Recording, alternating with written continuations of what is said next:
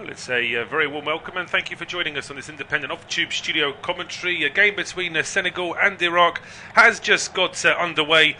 The two also-rans, arguably, in this group, of course, very unfortunate to be faced off against France and Norway in Group I, and sadly the results for both Senegal and Iraq have proven to be the case. The defeats against both of those bigger nations has resulted in both Senegal and Iraq going into this game with 0 points, but with the third-placed teams still potentially being able to qualify for the knockout stage. Both sides do have a chance. Senegal with the better chance, they go into this game with a -3 goal difference, whereas Iraq have a -6. It really would take quite something for Graham Arnold's side to be able to turn things around, but we'll wait and see how it goes. From the neutrals' point of view, it should be a fairly open game because there's no point in defending in this game. Both sides should be going for it, should be going for the win, and let's hope we see some attacking football. It's myself, Paul Szczerbakowicz, and Steve Pearson taking the action. Steve, we're hoping for a good game this evening. Yeah, I think so. As you say, both sides have got to win, and for Iraq it's win big to have any chance, and for Senegal it's still goals on the board absolutely needed. They will go above Scotland should they win as one of those teams, but of course there are other teams fighting for that 8th spot as well amongst the teams on less than 3 points as it stands at the moment. So 1-0 probably not enough for Senegal either. They need to get probably 2 or 3 goals on the board at least to feel a little more confident of still being in the tournament by next Monday. Absolutely so, and as whilst this game is being played, of course, the other game on our service right now is the conclusion of a Group I between France and Norway, and that is pretty much a straight shootout for first place. France just ahead of Norway in terms of the goal difference, but of course they actually use head-to-head results as the first divider there in terms of the group stages. It's only a goal difference that's only used in terms of the third-placed teams. But just to remind you of the two sides, it is Mory Diaf in goal for Senegal, then it's Crepin Diatta, Abdoulaye Seck, Moussa Niakate and Ismail Jacobs as the back four. Idrissa Gueye and Habib Diarra are the two holder midfielders, with Ibrahim Mbaye, Lamine Camara and Sadio Mane as the attacking midfield three playing behind Ismail Assar. Here comes Senegal for the first time, a ball going in from the right-hand side. Has just taken a slight nick off the defender there, so that is going to be a corner kick. It's good work there from Habib Diarra to get forward and win his side a corner. For Iraq, it's Ahmed Basil in goal. Back four of Fran Putros, Akam Hashem, Rebin Sulaka and Merchaz Doski. It's Amir Al-Amari and Zidane Iqbal as the two holder midfielders, with Ibrahim Bayesh and Ahmed Kassem, the two further ahead of them, and Ali Jassim and Ali Al-Hamadi are the two front. We've seen a couple of different variations in terms of the Iraqi 11 this evening, but it's Senegal with this corner kick. Now it's going to be an outswinger from Ismail Assar from the right-hand side. A bit of height on that one as well. It eludes the first defender. A strike coming in. Big deflection as well, and it's out for another corner. Well, after Idrissa Gueye hit that, it took such a big deflection. The goalkeeper was almost in the wrong postcode. Yeah, absolutely. He was absolutely over on that right-hand side, nowhere near the ball as it came towards goal in the end. But yeah, missed at the near post, but then flashed around the area. I think it just came off the heel of Salaka as he was stood on the edge of his 6-yard box. Could have gone anywhere, but in the end it flashes right across the face of goal. And as you said, Ahmed Basil was right behind that defender, but that meant he was to the right of the goal. Outswinging corner here from Kamara into the 6-yard, and it's into the back of the net. 3.5 minutes it's taken for Senegal to take the lead. It was all a bit too easy. Outswinging ball from Kamara, header down, and it looks like it's the big man Abdoulaye Seck that's got his head to it, and Senegal with the perfect start. Yeah, absolutely. Dream start, isn't it? They've been on top. They've had all the possession in the first couple of minutes. 2 set pieces, and Seck's effort may have got somebody else on a flick. It was just flashed into an area around the edge of the 6-yard box. A lot of bodies in there. Looked like it took a big deflection again that took it even further away from Ahmed Basil in the goal. It was whipped in towards the edge of the 6-yard box. Yeah, is there an offside? Ooh. Could be tied that foot. I think he's just playing him on, actually. Not sure whether it comes off Mane in the end inside the 6-yard box or the defender. Seems to flash off both of them and go up into the top corner of the goal. It might be Diarra actually who's in there. Yeah, I'm not sure if it's Diarra or the defender. The defender won't claim it.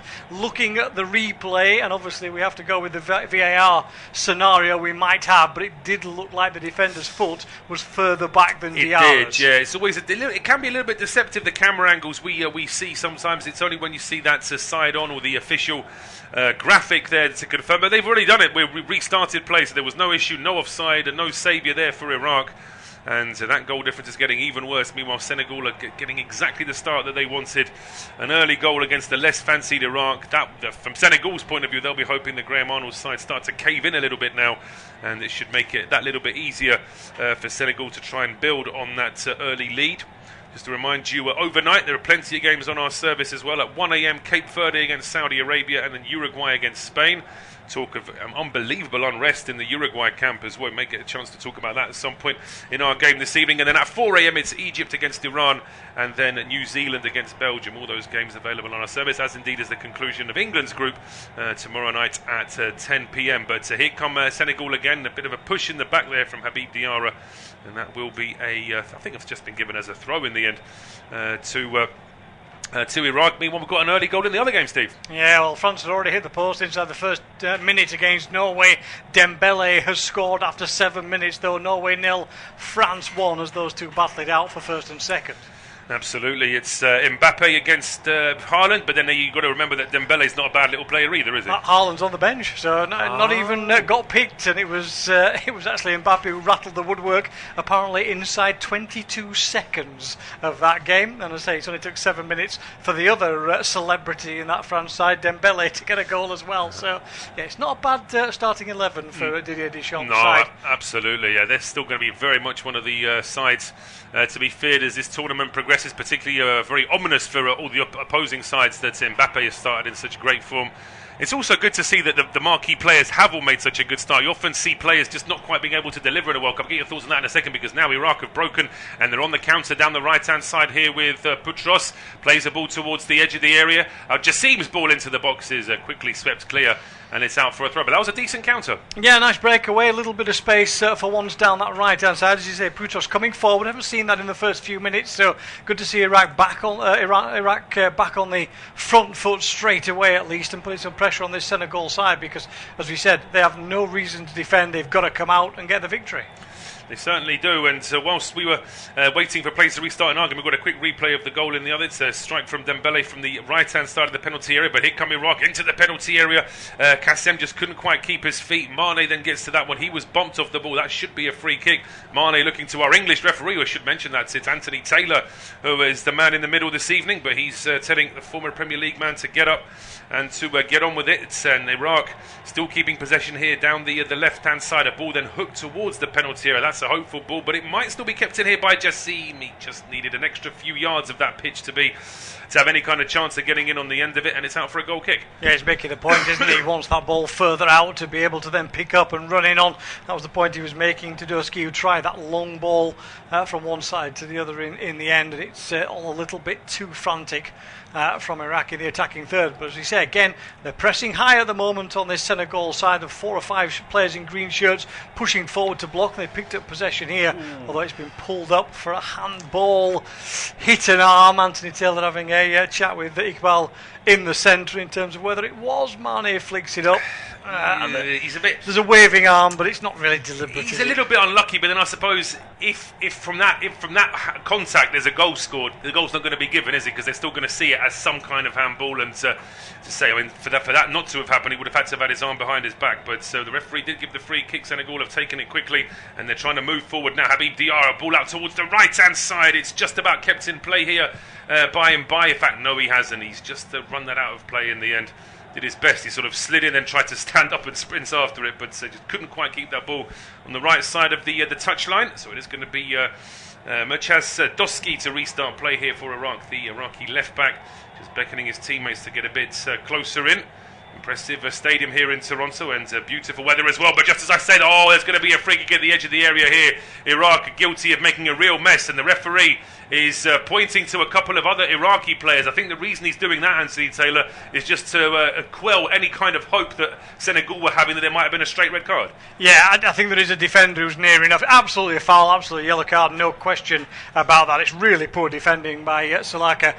25 yards from his own goal, gives possession away straight away, and then drags back the player onto the floor. And yeah, yellow card, I think that's right. I think once the players actually come in and made the point, they all stepped away and agreed. Yeah.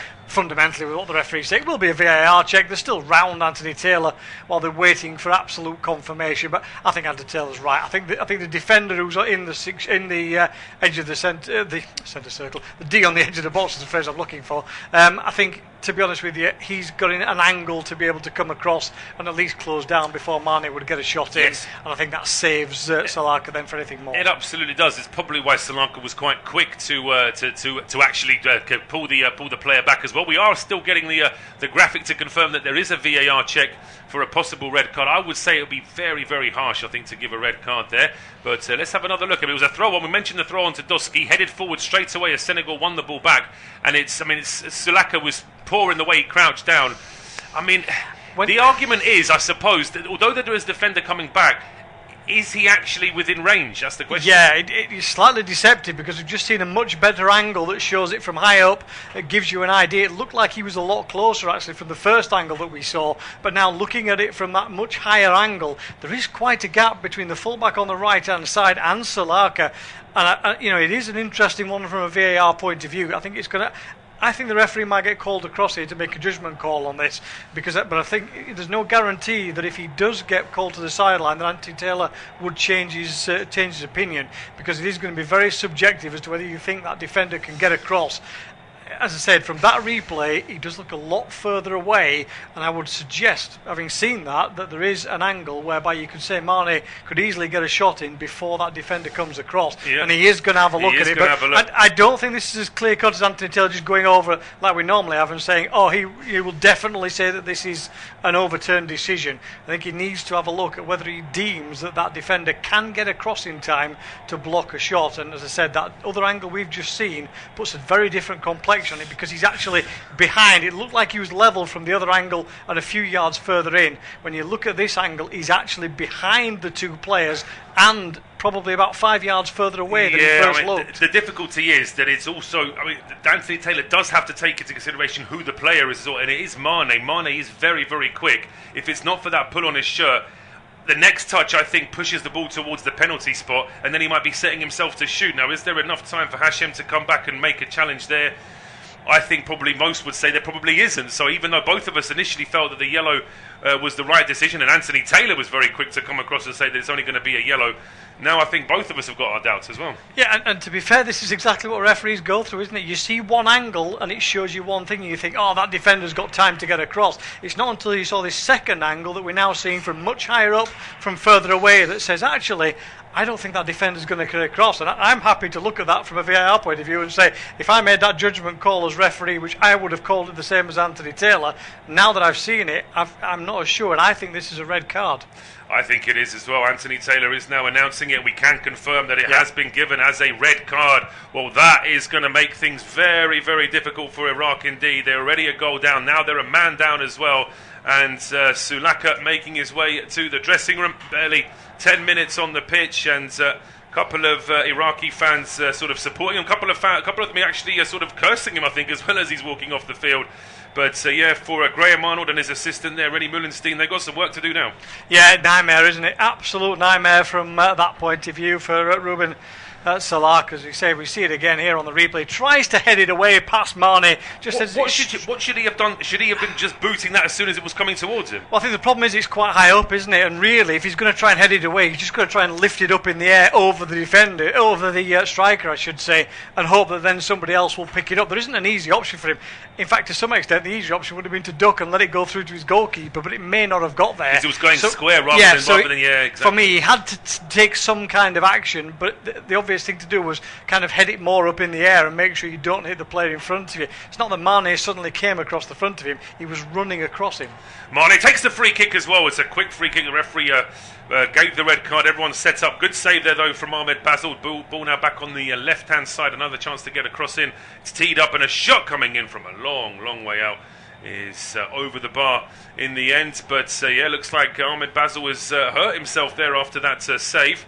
to make another delay in this game now. But now Senegal now with a great chance to not just win the game, but of course really load up those that goal difference. Well, that's the key thing, isn't it? I mean, Scottish fans will be looking at that and with their eyes closed afterwards, because it'll just be look to the sky and pray that something magical comes out of the rest of this game. But goal early on in the game, a red card as well. It's all adding up to great news for Senegal. And as we said before, just after kick-off, is 2 or 3 goals needed really for Senegal to feel fairly confident that they could get through. There's still another couple of teams to play outside the top 8 of those third places to get in there. And for all its faults in terms of the structure of this tournament, it does keep that certain element of excitement for those who are in third place. Not ideal if you're a Scottish fan sat in America waiting whether to go home or not.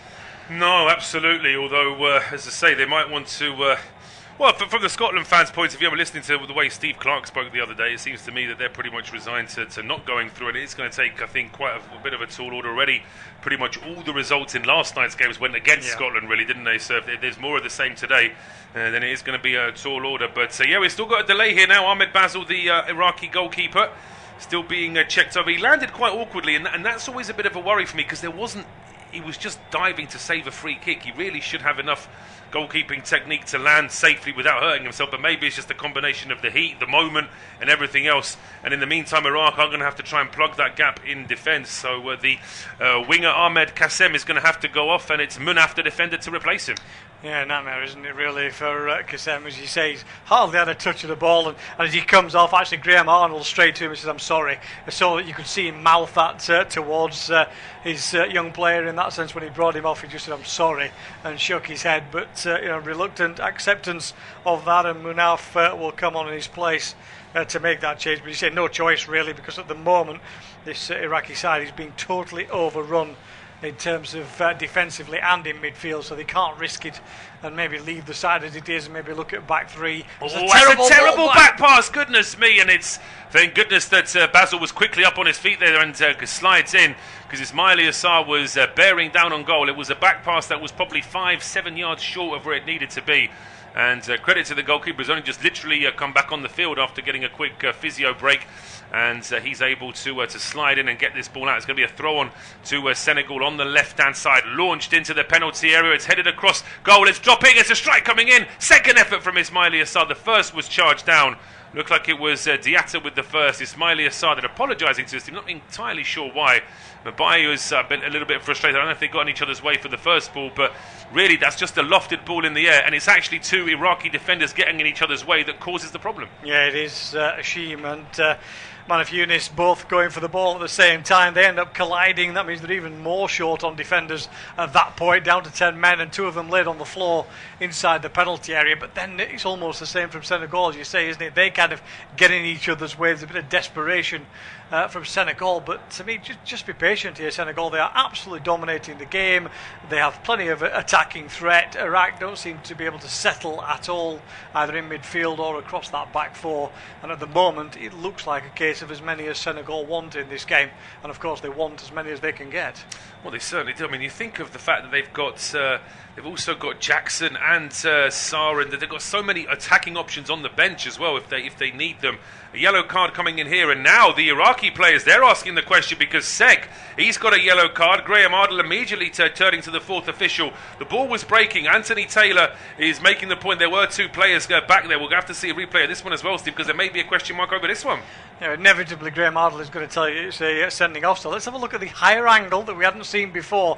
Long ball over the top, Sek going for it. Yeah, I mean, it's a nudge in the back. It's a silly challenge, but the defender alongside him is virtually stood next to him at that point, Niakate. So you cannot say that that's a clear goal scoring opportunity, because as Anthony Taylor says, there's 2 defenders running virtually alongside each other at that point. It's a foul, it's a yellow card, a stupid tackle, but I don't see it's anything more than that. No, nothing more than that. And Ali Al-Hamadi's just waiting a moment there, needed to check his boots.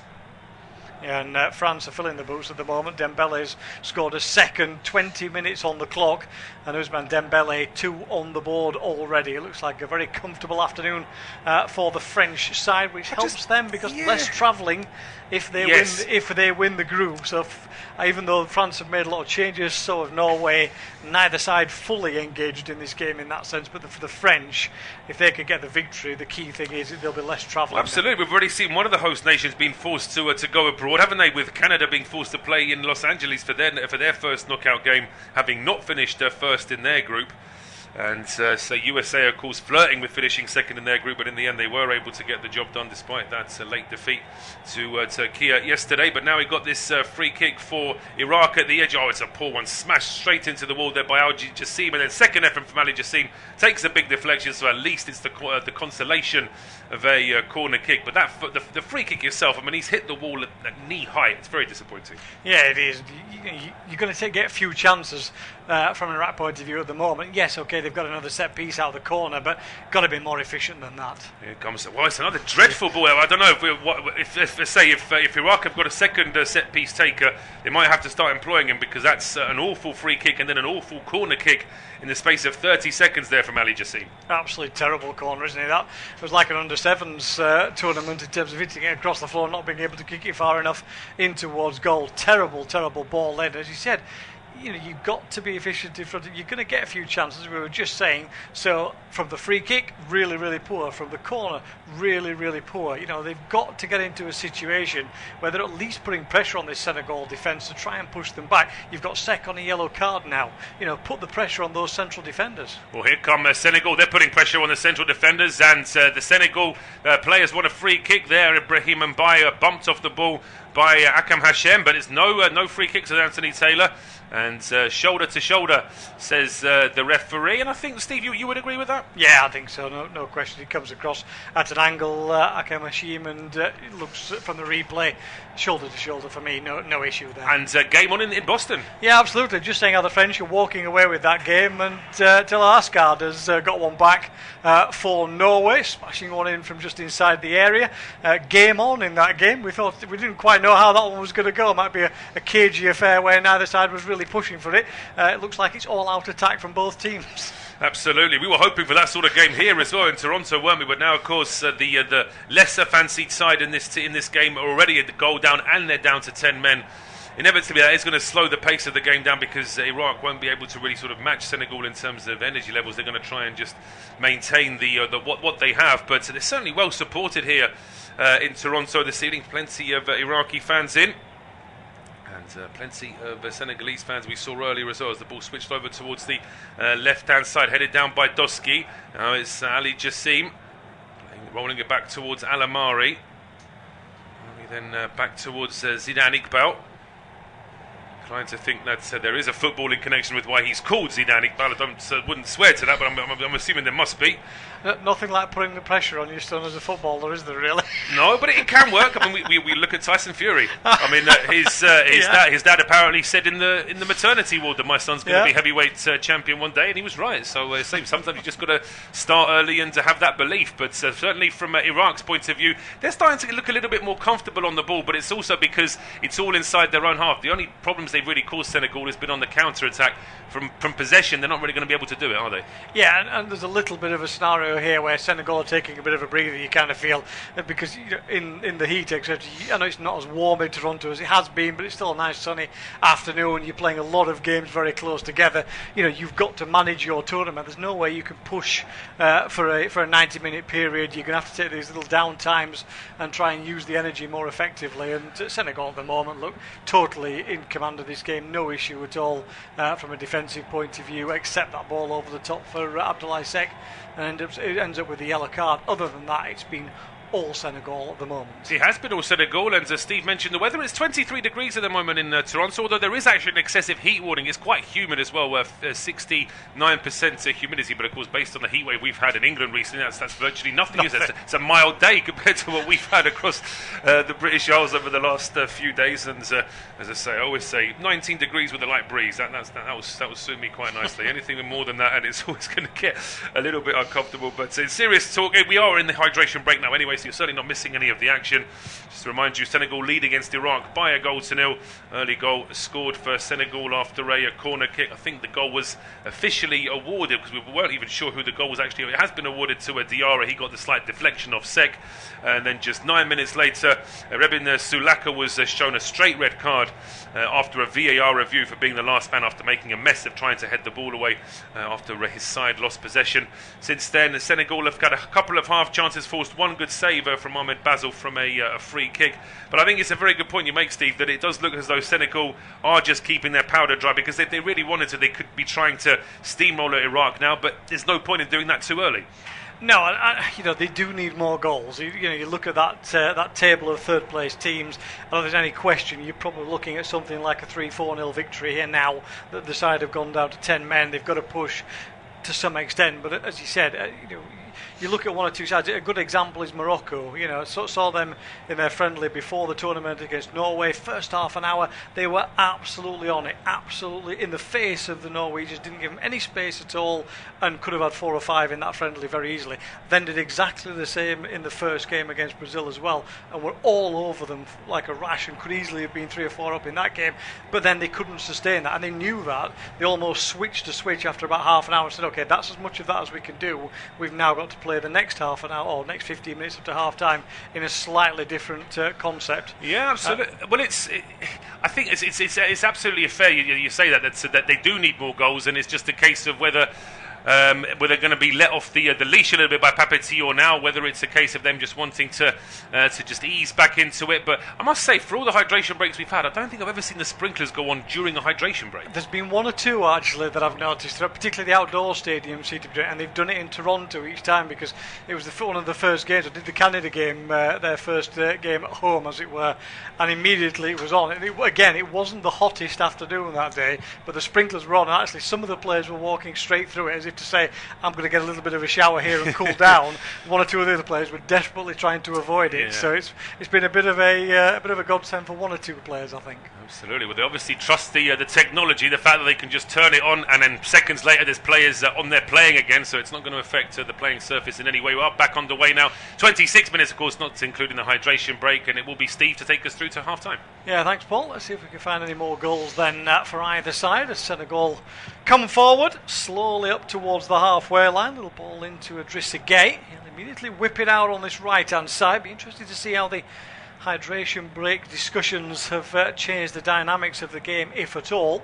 Certainly probably more an issue for Graham Arnold, the Aussie coach of this Iraqi side, to try and get a little bit of stability into his team, particularly defensively. Now they're down to 10 men. Here's Mbaye down the right hand side. He's closed down quickly, as Jassim seems to be pushing a little wider out now to try and stop him from having space. He tries to get the challenge in again, but Mbaye's got away from it. He's quickly closed down again though, and he can't get a cross in this time. Anthony Taylor waves away 1 or 2 half-hearted appeals for a free kick, but Iraq around the edge of their own penalty area. Senegal swarming around trying to win by possession. They have done so.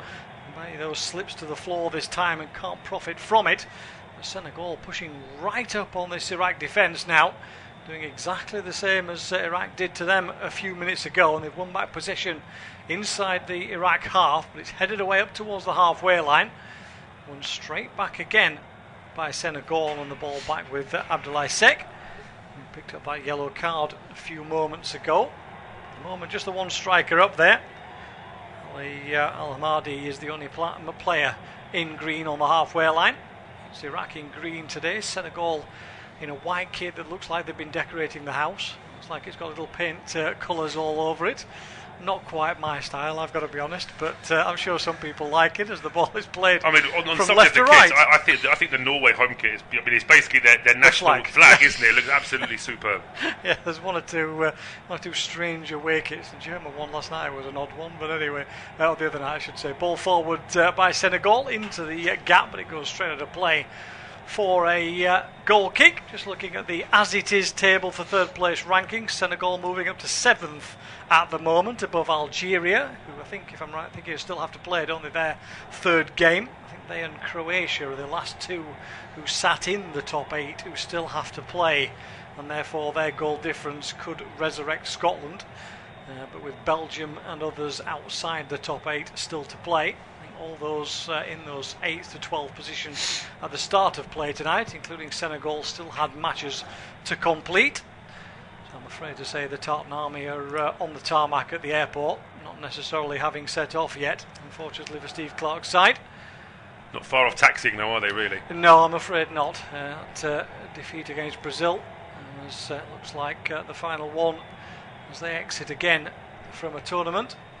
Picked up over on that left-hand side for Senegal. Comes back inside. Kamaru, not really seen in too much possession so far. Gay will again look forwards in Bay on this right-hand side. They're just trying to get him into the game and attack down this right, but Iraq have set themselves a little more effectively now, with 4 across the back and 4 across midfield, spread out much wider now, this Iraq side. They were quite narrow to begin with, but now they've gone right across to try and block off any space for Senegal. At the moment it's working since the break. It is, absolutely. I think that it's now a question of what Senegal are going to be able to do just to sort of turn that attacking style up a little bit more. Iraq is seeing a lot more of the ball inside their own half, but then Senegal are pressing that little bit higher as well. It's I think, as you made that point before, it's a very difficult balance here for Papetior, because they do need more goals, but then if they just start going hell for leather, then potentially they might leave themselves open. They might sort of burn out a little bit too early as well. It's all about making sure they can be sort of fresh for those last 15 minutes, but potentially mistakes from Iraq might start seeping in,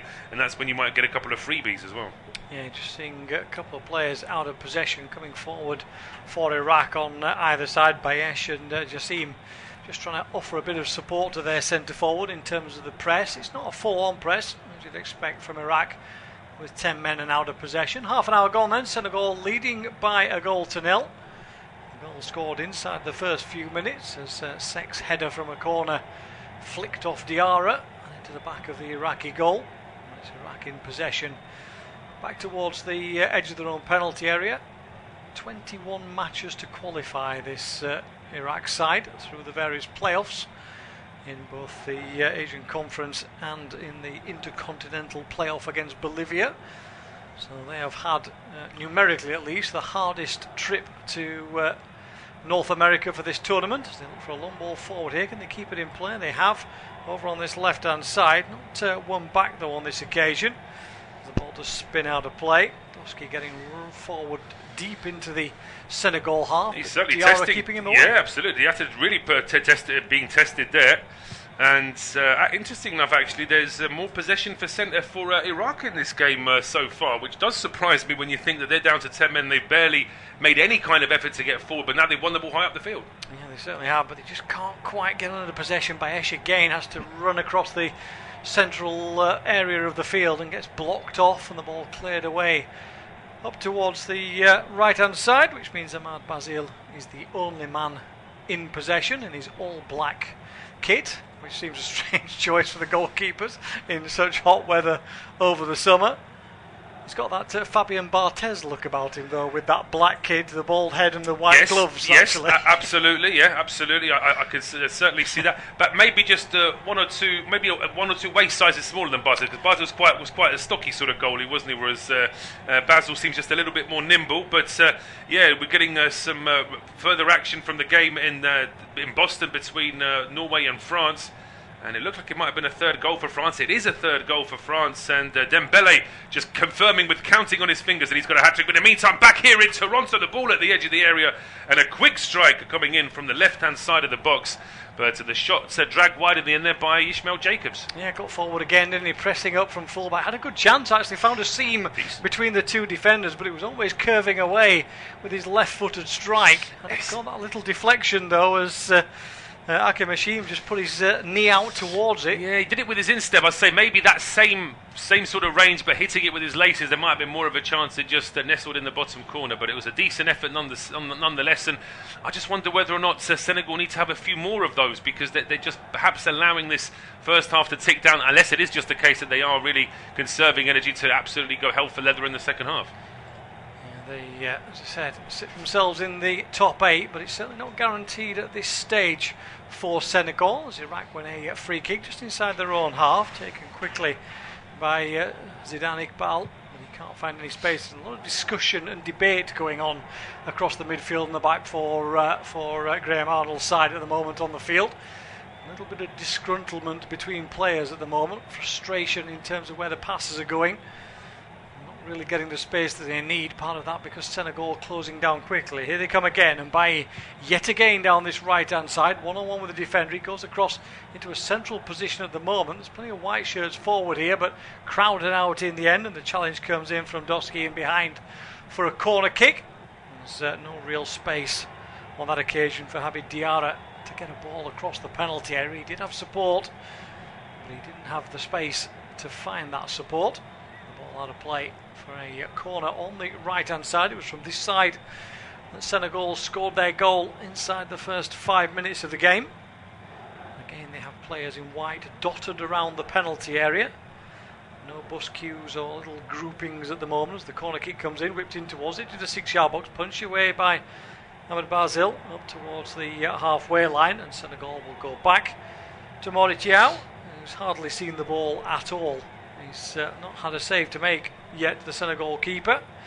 He rolls the ball and it's worked out towards Kamara. He'll go across from right to left, no real space for him at the moment. Eventually it's worked out on the right hand side.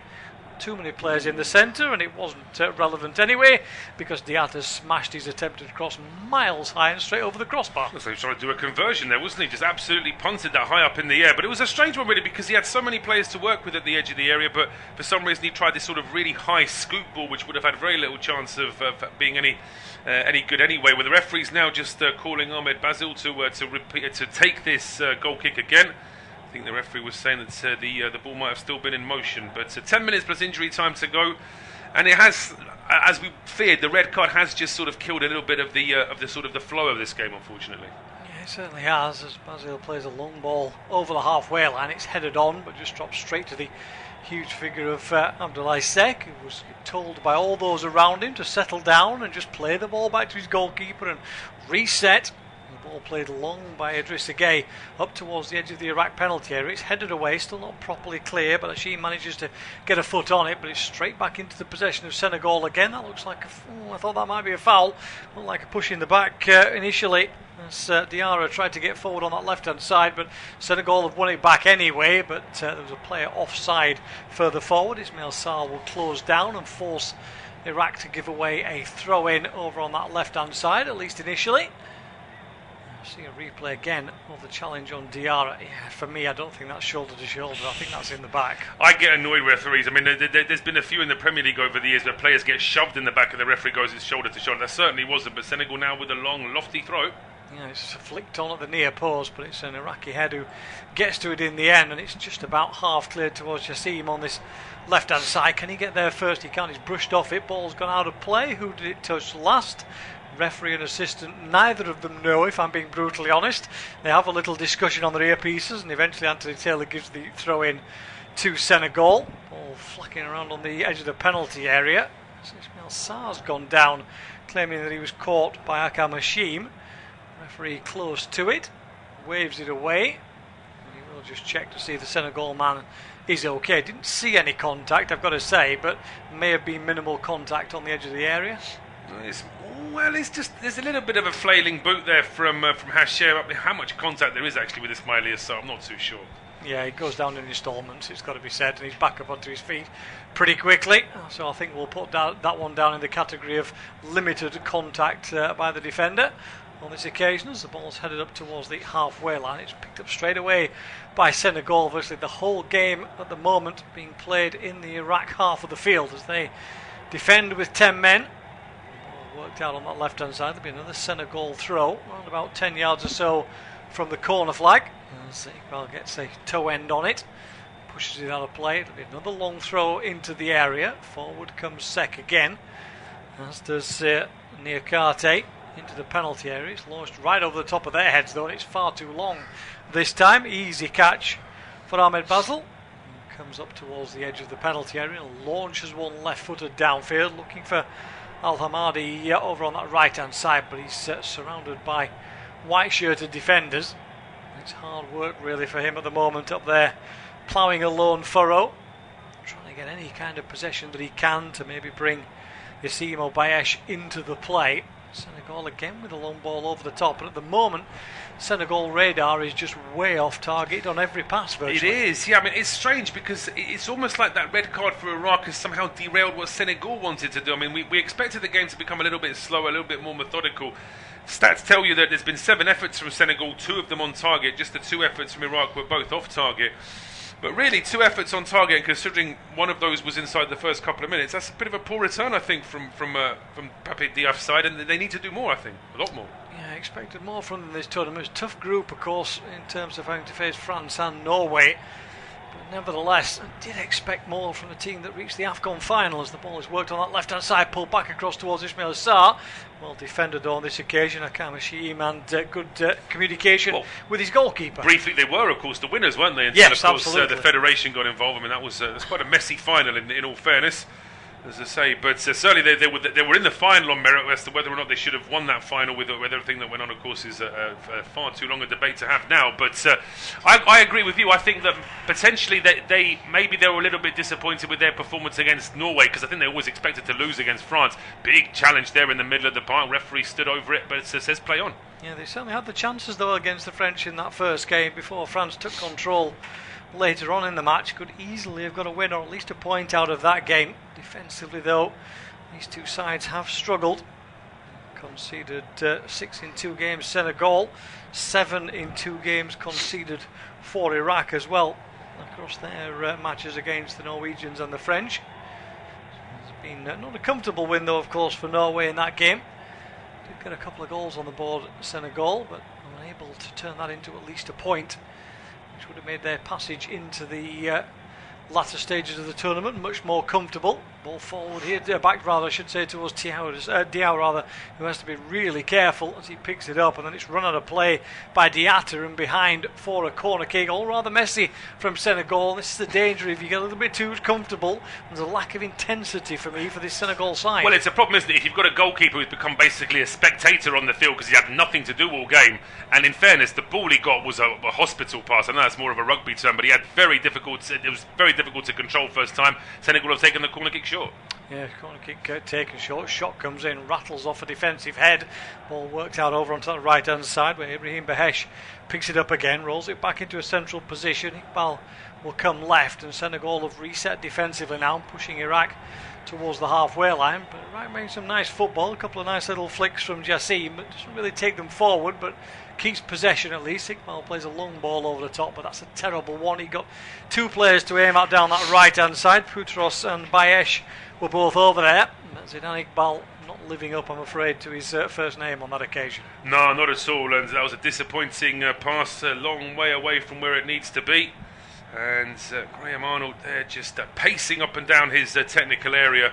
I'm sure he'll be wondering exactly what he needs to be doing at half-time, because it's a difficult one for him as well. He knows that from this sort of situation it's going to be virtually impossible for Iraq to qualify, but he still wants them to be competitive in that second half. Yeah, exactly, and they're still looking for their first point in World Cups. Of course, didn't get any in their last appearance 40 years ago in Mexico 1986. Lost all 3 games in the group stages. They've lost the first 2 here as Mane picks up possession down by the corner flag, tries to push it forward. Munaf Yunus is there to knock it behind though for a corner. 3 minutes to go to the break. Senegal leading by 1-0. A goal from Diarra in the first few minutes. The sending off of Rebin Salaka for a foul on Mane not long afterwards. And Iraq have had to defend stoutly and have done so far since conceding the goal.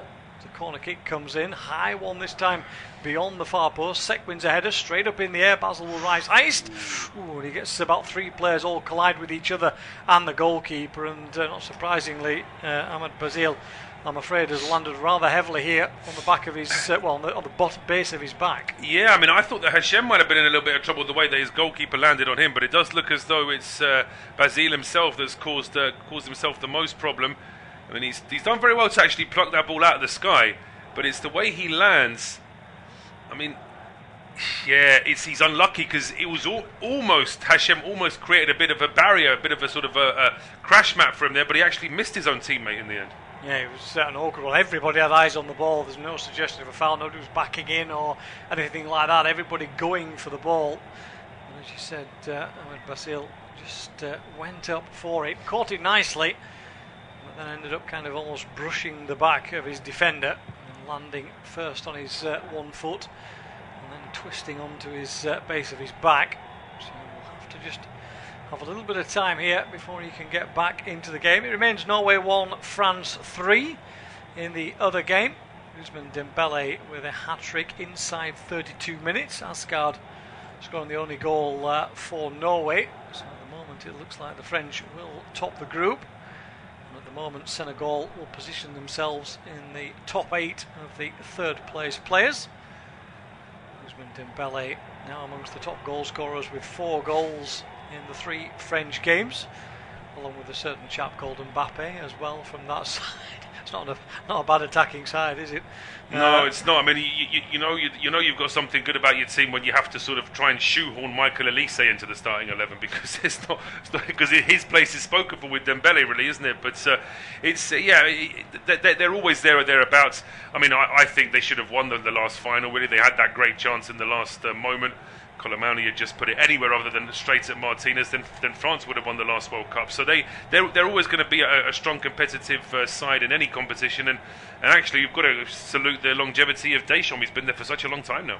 Absolutely, Didier Deschamps, unfortunately not with the side, as you'll probably be aware, this afternoon in North America. He is back home following the sad passing of his mother, and therefore the French giving their head coach something to smile about this afternoon. What at the moment looks a very comfortable lead. I'll give you an obscure stat about Dembele's hat-trick in a moment or two. There's a ball forward here, though a foul given by Anthony Taylor for the challenge almost on the halfway line as Mekas Doski, who in theory is playing left back, but seems to be popping up absolutely everywhere across midfield. Yeah. I'm not sure where he's actually playing. It's an unusual one to have the sort of free role when you're playing at left back officially, but he does seem to have sort of cornered that sort of a particular position. We're into 9 minutes of added time. Yeah, he's playing the Cucurella role, I think, is the one. Yes, absolutely. Just pops up wherever, as he has a tendency to do for, it was for Chelsea and for Spain. As forward the ball comes into the penalty area, a shot comes in from Mane, but it's well over the crossbar in the end. But he found a little bit of space. That's been unusual for Sadio Mane. A little bit of contact afterwards. Don't think there's anything that would lead to a penalty. But the shot in the end, it was bouncing ball, wasn't it? Not the easiest. No, he couldn't really put his foot through that because of that. He just had that little sort of nick, a little bobble just as he was trying to shoot. As the TV pictures you get for the World Cup, they really are promoting ref cam in this tournament, aren't they? Absolutely. It's a good view. It's a good, excellent view, absolutely. The only thing I'm not seeing, which I would like to see, is when there's something controversial. Let's see it then. But we seem to be avoiding that and sanitising it a little for me. The chap that would do the bleeping, he'd be doing overtime then, wouldn't he, trying to keep up with all of that? However, if we did it, there probably wouldn't be any swearing at the referee, would they? Because they would all know. Because they would all know, yeah. As we see in Rugby Union and Rugby League, I've been advocating for this for quite some time. You want to get rid of dissent? Let's see referee cam. Dissent will disappear pretty sharpish if that was there, because then we'd all know what they were saying. And I'm the same with the stop clock. If you introduce the stop clock in football, watch how quickly the players will stop wasting time as well. Absolutely. Corner kick then for Senegal. Ball whipped in towards the edge of the 6-yard box. Header in there. Was free from Niakate, but he manages to flash the header across the penalty area. Senegal keep it in play, although there is an offside flag out as they try and play down the left-hand side, and by with a shot in the end from about 25 yards out. 9 minutes of stoppage time, I'm afraid to say.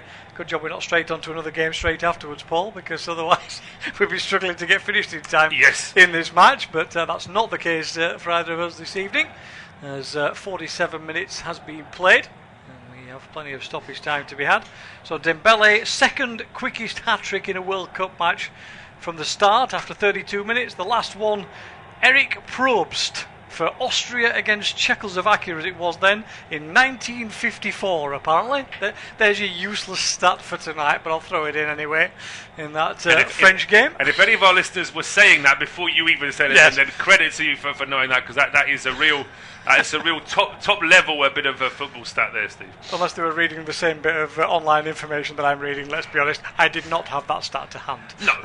But as I say, you'd be surprised. Some of our listeners, of course, are very, very well informed. And it certainly would have been a little bit frustrating because I think with the scoreline 1-0 and that red card, I think quite a few people would have expected there to be a bit of a goal glut from Senegal. But actually, Ahmed Bazil's made maybe, 2 or 3 saves? He's not really been tested that many times. Yeah, rack of defenders, well, it's got to be said. They have reset themselves okay, even though Senegal, as we said, a little bit disappointing in terms of their intensity as this first half has gone on. Crossing towards the area, Sek has to dive in and head it away on that occasion, as Ali Al-Hamadi was behind him, looking at the options. Now Sek is rubbing his back as well, having landed rather heavily.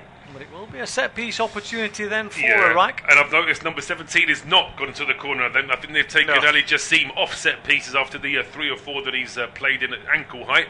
So now he's going to be inside the 6-yard box to try and make a use of himself. And it looks like it is going to be Iqbal to take the corner. Yeah, he's going over onto that right-hand side. Just looking at the stats, there's not been a shot on target for Senegal since Sadio Mane is in the 13th minute. That was the last one. Since then, Iraq have kept Senegal well and truly at bay, and they had the chance to find an equaliser just before half-time. Lifted ball in, but that's clutched out of the sky by Mori Diaw, and he rolls the ball overarm towards the halfway line. Can't be picked up though by him. Forward coming Iraq. They've not got too many players forward as players have dropped back to defend. Jassim tries to play a ball into the area, but that's overhit. It will just bounce harmlessly behind for a goal kick, and from a promising position again. It's another set piece opportunity. It's another poor set piece, it's got to be said. It is, and when you actually add up all the set pieces that Iraq have had, they could have caused more problems here for Senegal, but they're not going to if the quality of the delivery is that poor. And actually, Senegal do have a bit of a height advantage in terms of defence, but here that kick on the Senegal players now down the left-hand side. Yeah, it'll be their turn to win a corner as the defender goes flying over the advertising hoardings, and we can't see him coming back over. It was Jacobs who was running with him. It was Manaf Younis, the substitute. Little shoulder-to-shoulder nudge. Nothing nasty by the player at all. Manaf Younis was actually trying to keep the ball in play. That's what made him keep going at full pace, and that meant he then couldn't stop. Fortunately, he's okay. I like the fact that there was a photographer behind who the first thing he did was just to make sure he wasn't being hit, and then he immediately got his camera down to get a photo as the corner is whipped in and headed away. He headed away. The shot comes in from distance, from about 35 yards out, way over the crossbar though.